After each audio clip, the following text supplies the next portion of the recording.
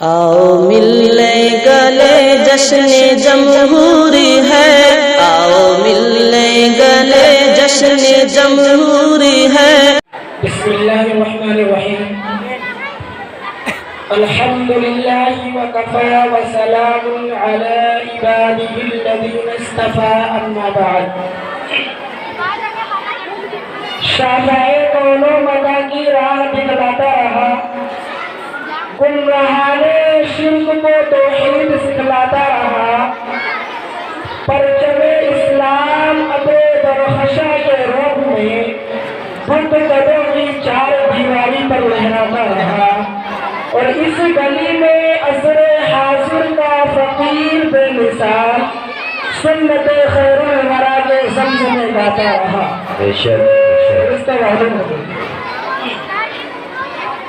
ملت اسلامیہ کے درخشندہ ستاروں، آج میں آپ کے سامنے اسلام کے ایک عظیم ثبوت اور مسلمانوں کی ایک عظیم محسن کا ذکر خیر کرنا چاہتا ہوں، جس کے فیوز سے ایک عالم نے استفادہ کیا اور کر رہا ہے، جس کی بے باک زبان اور بے خوف قلم نے ہزاروں گمراہوں کو راہ ہدایت سے روشناس کرایا، اور جس کی بے مثال قیادت میں ملت اسلامیہ نے اپنے دین و ایمان کی حفاظت کے لیے تن من دھن کی باجی لگا دی۔ میری مراد حجت الاسلام حضرت مولانا قاسم نانوتوی رحمۃ اللہ علیہ۔ ملت اسلامیہ کے دھڑکتے دلوں یہ وہی مجاہد کریم ہیں جنہوں نے باطل کو مٹانے اور پرچم اسلام کو لہرانے کے لیے تن من دھن کی بازی لگا دی۔ حکومت برطانیہ نے ہندوستان پر غاصبانہ سکہ جمایا، اسلام کو مٹا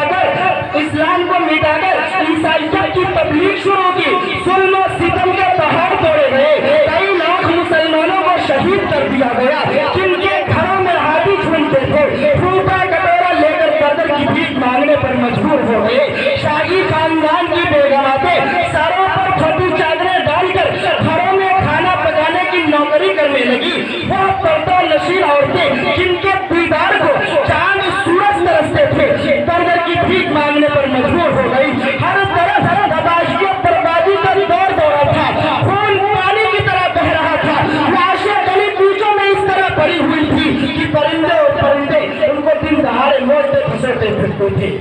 حال یہ تھا کہ مسلمانوں کو خنزیروں کی کھالوں میں بری کیا جا رہا تھا، ہندوؤں کے منہ میں گائے کا گوشت ٹھوسا جا رہا تھا۔ الغرض پوری کی پوری داستان خون سے لبریز ہے۔ بالآخر عیسائیت کو مٹانے کے لیے دہلی میں ایک میٹنگ بلائی جاتی ہے، بصارت و بصیرت کا پیغمبر مولانا قاسم نانوتوی رحمۃ اللہ علیہ دورہ انیس مشورہ دیتا ہے، جس کے نتیجے میں عیسائیت کے ٹکر کے لیے ہندوستان میں فضا قائم ہو جاتی ہے۔ دوستوں، اس عظیم ہستی نے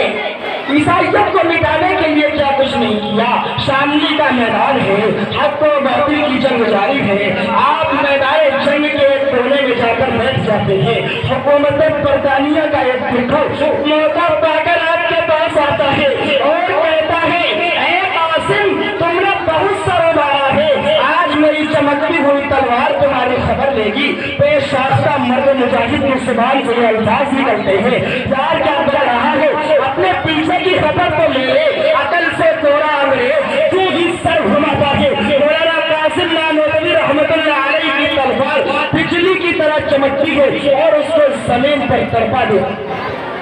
بے شک اسی جنگ میں موصوف کی کنپٹی پر گولی لگتی ہے، حالت اگر روح ہو جاتی ہے،